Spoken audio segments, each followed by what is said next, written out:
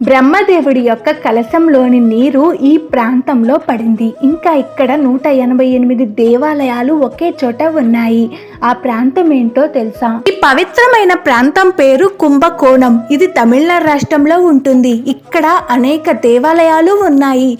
కుంభకోణం అంటే కలశం ఉన్న స్థలం అని అర్థం. ఇక్కడ అనేక దేవాలయాలు ఉన్నప్పటికీ ముఖ్యమైన దేవాలయాల్లో ఒకటి ఆది కుంభేశ్వర ఆలయం.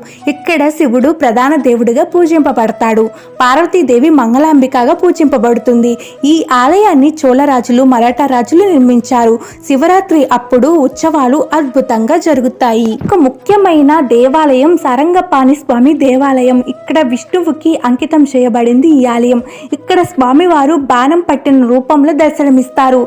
వైష్ణవ సంప్రదాయమైన ఆలయాల్లో ముఖ్యమైనదిగా ఈ ఆలయాన్ని కూడా పరిగణిస్తారు. ఈ కుంభకోణం అనే ప్రాంతం 180 పైగా దేవాలయాలు, శైవ వైష్ణవ శక్తి పీఠాలకి సమ్మేళనం.